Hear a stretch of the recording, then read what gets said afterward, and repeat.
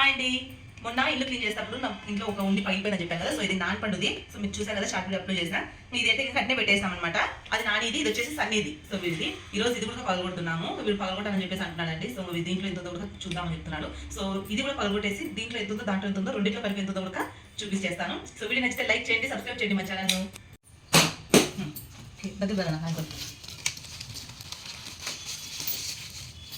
So ఇది కూడా పగలగొట్టేసినాము. ఎంత ఉందో మొత్తం కలెక్ట్ చేసి